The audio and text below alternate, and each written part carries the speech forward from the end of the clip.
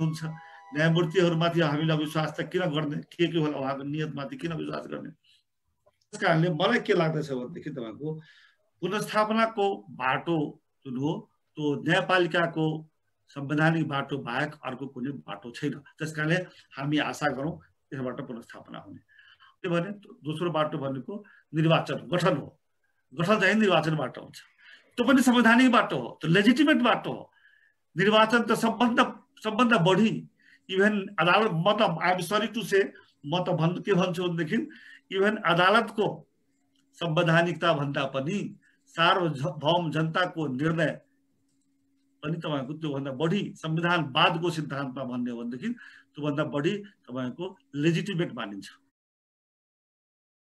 अहिले नेपाली कांग्रेसले के अरे कम्युनिस्टको पछि लाएर सडकमा जिन्दाबाद मुर्दाबाद भन्नु विशेष महाधिवेशन तत्कालै गरिदिएर कांग्रेसलाई बलियो बनाए हुन्थ्यो यदि हामी सधैँ जहिले प्रधानमन्त्रीलाई मन लाग्यो तैले नै जनता समक्ष जाने हो भने हामी प्रतिनिधिमूलक शासन व्यवस्था किन छनौट गरेको म अब यसपछि संवैधानिक कानुन व्यवसायिक मञ्चका अध्यक्ष अधिवक्ता श्री राजु प्रसाद चापागाईज्यूलाई आजको यस विषयवस्तुमा प्रवेश गरिदिनु हुनका लागि म हार्दिक अनुरोध गर्न चाहन्छु र म राजु सरलाई सकेसम्म 10 मिनेट बढीमा 15 मिनेट भित्रमा आफ्नो विचारहरू राख्दिनु हुन म हार्दिक अनुरोध गर्दछु धन्यवाद सर म एकदमै सबैलाई समावेशी अभिवादन गर्न चाहन्छु प्रमुख अतिथिजी हुनुहुन्छ त्यसपछि मेरा आदरणीय दुईजना गुरुहरू पनि यहाँ देखिरहेको छु जगन्नाथ पौडेल सर र त्यसपछि एके अधिकारी सर उहाँहरूले मलाई पढाउनु भएको थियो आईएल मा र उहाँहरूप्रति एकदमै नमन गर्दै र आज म एकदमै यो सम्बोधनको उनलाई पनि समयलाई विषयवस्तुमा नै इन्भेस्ट गरौँ भन्ने लागेर मैले छोटोमा चाहिँ गर्दैछु र यो राष्ट्रिय मेलमिलाप दिवसको अवसरमा म सबैलाई एकदमै शुभकामना बधाई दिन चाहन्छु र सँगसँगै नयाँ वर्षको हामी सङ्घारमा छौँ अङ्ग्रेजी नयाँ वर्षको र आगामी वर्ष 2021 यो राष्ट्रिय मेलमिलापको वर्ष बनोस् भन्ने पनि म चाहिँ शुभकामना दिन चाहन्छु तपाईँ हामी सबैलाई नयाँ वर्षले त्यो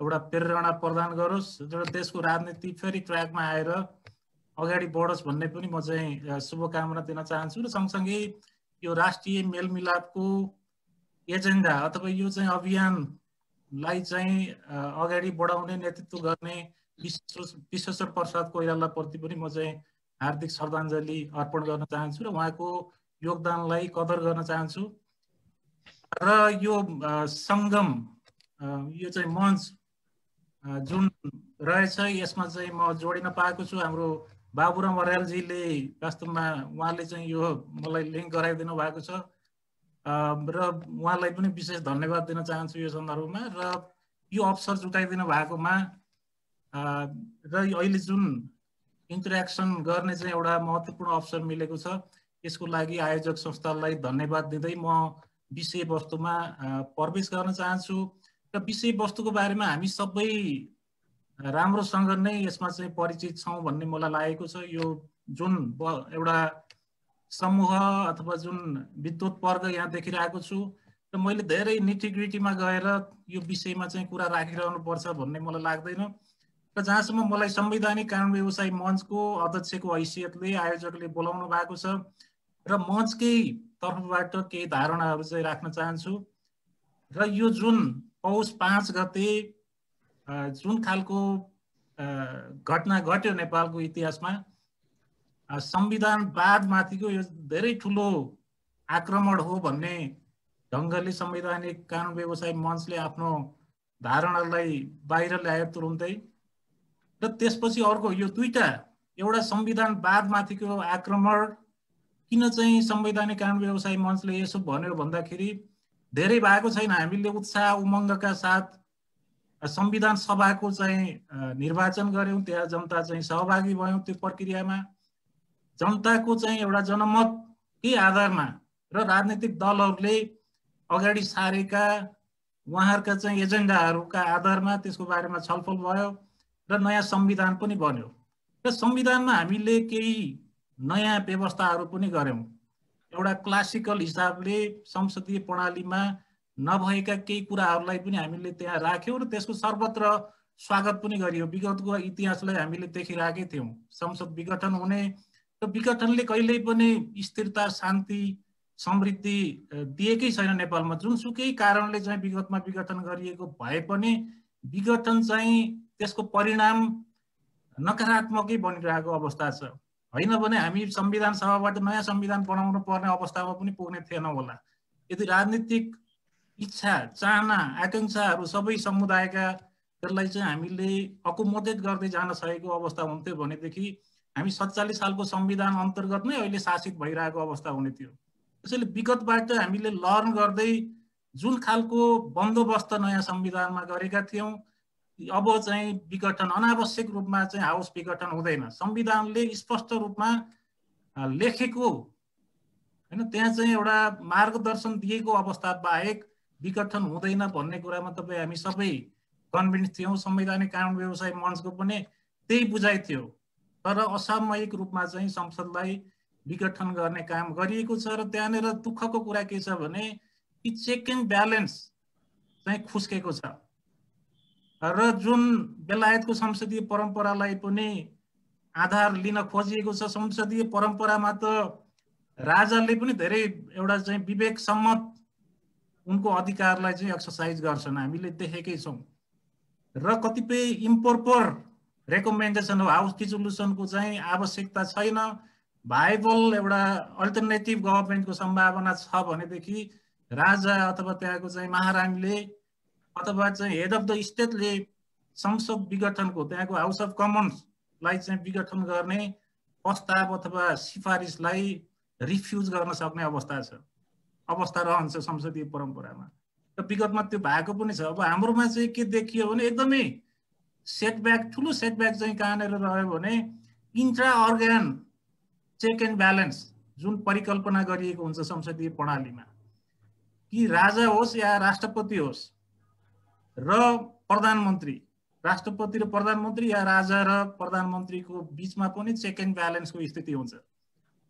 र त्यो चाहिँ हामीले वास्तवमा अध्यादेशको सन्दर्भमा पनि देखेनौं। त्यसलाई पनि संवैधानिक कानुन व्यवसाय मञ्चले विरोध जनायो र त्यसपछि यो विघटनको सन्दर्भमा त झनै सरासर जस्तो सिफारिस आयो त्यस्तै रूपमा चाहिँ यसलाई एउटा ओके गर्ने, सदर गर्ने काम भयो। पहिलो चेक एन्ड ब्यालेन्स त्यहाँनिर चाहिँ काम गरिदिएको भएदेखि यो स्थिति आउने थिएन होला। केही दिन होल्ड गर्ने, केही अलिकति कन्सल्टेसनहरू गर्ने र हामी वास्तवमा यो चाहिँ प्रणालीमा त्यहाँनिर हैन एउटा यो सिस्टमलाई अगाडि बढाउने सन्दर्भमा चाहिँ राष्ट्रपतिज्यूको जुन भूमिका, त्यो एउटा गरिमामय संस्थाको चाहिँ जुन भूमिका संविधानले परिकल्पना गरेको छ त्यो हुन सकेन र त्यसको परिणाम स्वरूप संसद विघटन भयो। र अब हामी एउटा जुडिसियल रोल कस्तो रहन्छ, किनभने जुडिसियरीमा एउटा कन्सिडरेसनको विषय यो बनिरहेको अवस्था छ र यदि यो चेक एन्ड ब्यालेन्सले काम गर्यो भने फेरि एउटा ट्र्याकमा चाहिँ आउन सक्छ। संविधानवादमाथिको आक्रमण जुन भएको छ र अहिले जुन संविधानवादले चाहिँ काम नगरेको, यसको संविधानको सर्वोपरितामाथि चाहिँ खेलवाड भएको, आक्रमण भएको अवस्था छ, त्यसलाई हामीले सच्याएर चाहिँ एउटा ट्र्याकमा आउन सक्छौं। र यो चेक एन्ड ब्यालेन्सले पनि काम गरेन भने यसका धेरै ठुला कन्सिक्वेन्सेसहरू हुन सक्छन् भन्ने हाम्रो चाहिँ ठहर छ। त्यसैले सबै जिम्मेवार भएर यसमा चाहिँ राजनीतिक जोड घटाउ यो चाहिँ कतिपय अवस्थामा अलिकति दिग्भ्रमित हुने अवस्था पनि छ। भनिएको के छ, न्यारेटिभ के दिइएको छ भन्दाखेरि सार्वभौम सत्ता सम्पन्न जनतामा जाने कुरा हो हैन। त्यसैले हामीले के नराम्रो काम गरेका छौं, यदि हामी सधैँ जहिले प्रधानमन्त्रीलाई मन लाग्यो तहिले नै जनता समक्ष जाने हो भने हामी प्रतिनिधिमूलक शासन व्यवस्था किन छनौट गरेको हैन। हामीले प्रत्यक्ष चाहिँ एउटा प्रजातन्त्रको चाहिँ अभ्यास गरे भयो नि त। सबै कानुनहरू हामीले जनतालाई सोध्दै बनाउँदा भयो, जहिले पनि एउटा चाहिँ रेफरेन्डममा गए भयो हैन। त्यसैले विशुद्ध एउटा संसदीय प्रणालीको प्रतिनिधिमूलक शासन व्यवस्थाको अगेन्स्टमा तर्क दिने गरी राखिएको अवस्था छ र जहाँ रिटर्न कन्स्टिट्युसनले एउटा लिमिटेसन, प्रधानमन्त्रीको एउटा डिसोल्युसनको पावरको चाहिँ सीमा तोकिदिएको छ स्पष्ट रूपमा हैन। धारा 36 भित्रको चाहिँ अवस्था बाहेक विघटनको परिकल्पना संविधानमा गरेको छैन। त्यस्तो अवस्थामा चाहिँ अमुक हैन अरु धारालाई पनि उल्लेख गर्दै अथवा चाहिँ अमूर्त रूपमा चाहिँ तपाईको संसदीय प्रणालीका चाहिँ मूल्य मान्यताहरू अभ्यासहरूलाई चाहिँ उद्धृत गर्दै चाहिँ यो खालको सिफारिस हुनु र त्यसपछि विघटन हुनुले एकदमै यो चाहिँ लज्जास्पद राष्ट्रिय चाहिँ एउटा लज्जाको विषय अहिले बनिरहेको अवस्था छ। किनभने एकातर्फ संविधान सभा त्यसपछिको चाहिँ संसदीय निर्वाचन त्यहाँ चाहिँ जनादेश के थियो त जनताले दिएको? त्यो जनादेश भनेको दिगो शान्ति समृद्धि हो हैन। त्यतातर्फ चाहिँ काम गर्नु पर्थ्यो सरकारले। त्यसमा पनि चुकेको अवस्था चाहिँ हामीले देख्यौं। किनभने जति कानुनहरू बन्नु पर्थ्यो संघीयतालाई चाहिँ फेसिलिटेट गर्ने गरी संघीकरणलाई चाहिँ एउटा सजिलो तरिकाले चाहिँ अगाडि बढाउने गरी जति कानुनहरू बन्नु पर्थ्यो त्यो पनि हुन सकेको अवस्था चाहिँ देखिएन भने अब के को नयाँ जनादेश हो, के का लागि हो हैन? त्यो आफैमा चाहिँ अमूर्त छ। यो जनादेश भनेको जहिले तरकारी ताजा तरकारी चाहिँ मागे के अरे किन्न गएको जस्तो होइन हैन। यसको चाहिँ यो कति भ्यालिड छ यो विषय? विगतमा पनि सबै प्रधानमन्त्रीहरूले ताजा जनादेशको कुरा गर्नुभयो, कहिल्यै पनि त्यसको मूल्याङ्कन भएन। उहाँहरूले पाउनुभयो कि पाउनु भएन त्यो अनुसारको चाहिँ हैन। 51 सालमा विघटन हुँदा पनि 2/3 ल्याउँछु र त्यसपछि संविधान संशोधन गर्छु भन्ने अपेक्षा थियो हैन। त्यसले झनै हङ पार्लियामेन्टको चाहिँ स्थिति सिर्जना गर्यो हैन। त्यसैले वास्तवमा चाहिँ यो यदि जुडिसियरीबाट चाहिँ यसलाई करेक्सन भएन, संसद पुनर्स्थापित भएन र फेरि कन्स्टिट्युसनल एउटा कोर्स नर्मली चाहिँ अगाडि बढ्न सक्ने स्थिति भएन भने म भन्दै यहाँहरू सबै राजनीतिक रूपमा अझ बढी चाहिँ इन्भल्भ हुनुहुन्छ र एउटा यो राजनीतिक विश्लेषणको पनि विषय हुन सक्छ। तर मेरो दृष्टिमा के छ भने यो एकदमै भयंकर कन्सिक्वेन्सहरूले लिएर आउँछ। किनभने एकातर्फ देशको यत्रो हैन 70-80 वर्ष अगाडिदेखिको जनचाहना, समृद्धिको चाहना, विकासको चाहना, दिगो शान्तिको चाहना हैन, त्यसलाई चाहिँ तुषारापात गर्ने, त्यो माथि वज्रपात गर्ने काम भइरहेको छ। र अर्को चाहिँ वास्तवमा हामी घुम्दै फिर्दै फेरि उही ठाउँमा आउने जिरो सम गेम हैन। केही उपलब्धि हामी हासिल गर्छौं, त्यसलाई संस्थागत गर्न सक्दैनौं, उल्टो त्यसलाई चाहिँ उपलब्धिलाई नै चाहिँ सिद्धाउने गरी कामहरू हुन्छन्, कदमहरू चालिन्छन् र फेरि ती पनि जनताकै नाममा चालिन्छन्, लोकतन्त्रकै नाममा चालिन्छन्।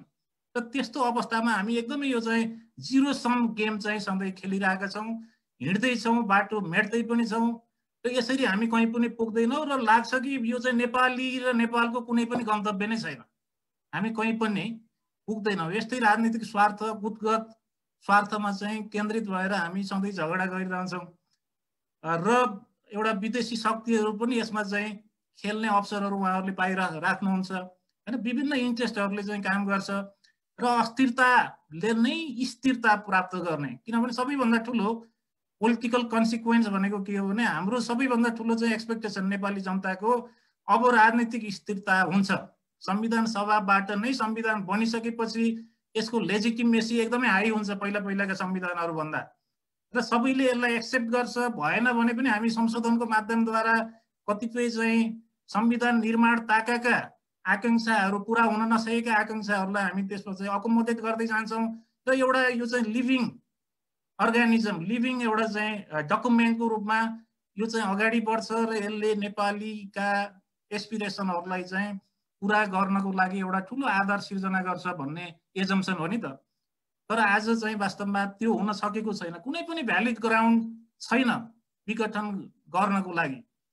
न अर्को वैकल्पिक सरकार दिन नसक्ने अवस्था, कहीँबाट त्यस्तो संकेत केही पनि छैन आधिकारिक रूपमा, न चाहिँ फ्रेश म्यान्डेट भनेर हामीले कुनै त्यस्तो डिपार्चर गर्नुपर्ने, नीतिगत रूपमा कानुनी रूपमा ठुलो सुधार त्यो करिस्मेटिक एउटा लिडरले मात्रै त्यो गर्न सक्छ। जनतालाई सारा अपिल गरेर मैले यस्तो खालको एजेन्डा अगाडि सारेको छु, यो भयो भने देशमा चाहिँ ठुलो समृद्धि हुन्छ, यसले लामो समयदेखि पुरा नभएको सपना चाहिँ पुरा हुन सक्छ, त्यसका लागि संविधान अवरोधक भयो अथवा चाहिँ यो अहिलेको पार्लियामेन्टले चाहिँ कोअपरेट गरेन, त्यसैले चाहिँ फ्रेश म्यान्डेटमा जान जरुरी छ भने त्यो त व्यापक बहस छलफलको चाहिँ विषय बन्नु पर्थ्यो, पारदर्शी तरिकाले अगाडि आउनु पर्थ्यो। त्यस्तो केही पनि छैन हैन। घर झगडा, दलभित्रको झगडा, पार्टीका अथवा गुटका चाहिँ इन्ट्रेस्टहरू हैन, त्यो बाजिएको टकराव भएको कारणले गर्दाखेरि संसद विघटन हुन सक्दैन भन्ने नै हामी संविधानको भाषा बुझेकाहरू, यसको ग्रामर चाहिँ अलिकति पढेकाहरूको सबैको एउटै मत छ अहिले हैन। कसैको कुरा यसमा बाजिएको छैन हैन। सत्ताको वरिपरि केही बस्ने लयरहरू बाहेक यो सबैको एउटै मत रहेको कुरा पनि म चाहिँ जानकारी गराउन चाहन्छु। र संवैधानिक कानुन व्यवसायी मञ्च पनि यसमा चाहिँ अडिट छ र संविधानवाद पुनर्स्थापित हुनुपर्छ। हाम्रो अरू कुनै पार्टीगत इन्ट्रेस्ट केही पनि छैन यो संस्थाको। र हाम्रो इन्ट्रेस्ट भनेको चाहिँ संविधानको सर्वोपरिता हो, संविधानवाद हो। त्यसैले त्यसका लागि चाहिँ मञ्चले आवाज आफ्नो ढङ्गले चाहिँ उठाएको पनि छ। यसमा चाहिँ आबद्ध सबै साथीहरूको त्यो एउटा मत पनि रहेको छ। र मेरो यहाँहरूसँग पनि आग्रह वास्तवमा चाहिँ के हो भने हामी कहीँ कुनै हिसाबले पनि यसलाई चाहिँ एउटा पोलिटिकल क्यालकुलेसनको विषय नबनाऊ। किनभने संविधान बाहिरबाट गरिएको कुरा, अलोकतान्त्रिक र असंवैधानिक तरिकाले गरिएको कामलाई हामीले करेक्सन गर्नै पर्छ। हुन सक्छ भोलि चाहिँ यो करेक्सन भइसकेपछि, पुनर्स्थापित भइसकेपछि त्यहाँबाट सरकार दिन नसक्ने अवस्था भएर हामी धारा 36 को एउटा चाहिँ फ्रेमवर्क भित्र, कन्स्टिट्युसनको फ्रेमवर्क भित्रबाट नयाँ निर्वाचनमा जान पर्ने अवस्था आउन पनि सक्छ। तर त्यसरी आउँछ भने त्यो ठुलो आपत्तिको विषय बन्दैन, किनभने हामी संविधानले देखाएको बाटोलाई पक्रिरहेका हुन्छौँ र त्यसले हामीलाई चाहिँ अगाडि नै बढ्न मद्दत गर्छ, पछाडि धकेल्दैन। त्यो प्रतिगमन हुँदैन। त्यति बेला सार्वभौम सत्ता सम्पन्न जनतासँग चाहिँ निर्वाचनमा जानको लागि संविधानले नै देखाएको बाटोबाट हामी जान्छौँ। यदि त्यसो होइन, हामीले चाहिँ हैन 47 सालकै संविधानको धारा 53 मा राखेको व्यवस्था ठिक थियो भने पोलिटिकल डिस्कोर्स हुन सक्छ त्यसको बारेमा चाहिँ हैन। त्यो चाहिँ कोर्टले संविधानको व्याख्या गरेर त्यहाँ चाहिँ एउटा संविधानलाई संशोधन गर्ने होइन, त्यो अधिकार चाहिँ सर्वोच्च अदालतले राख्दैन।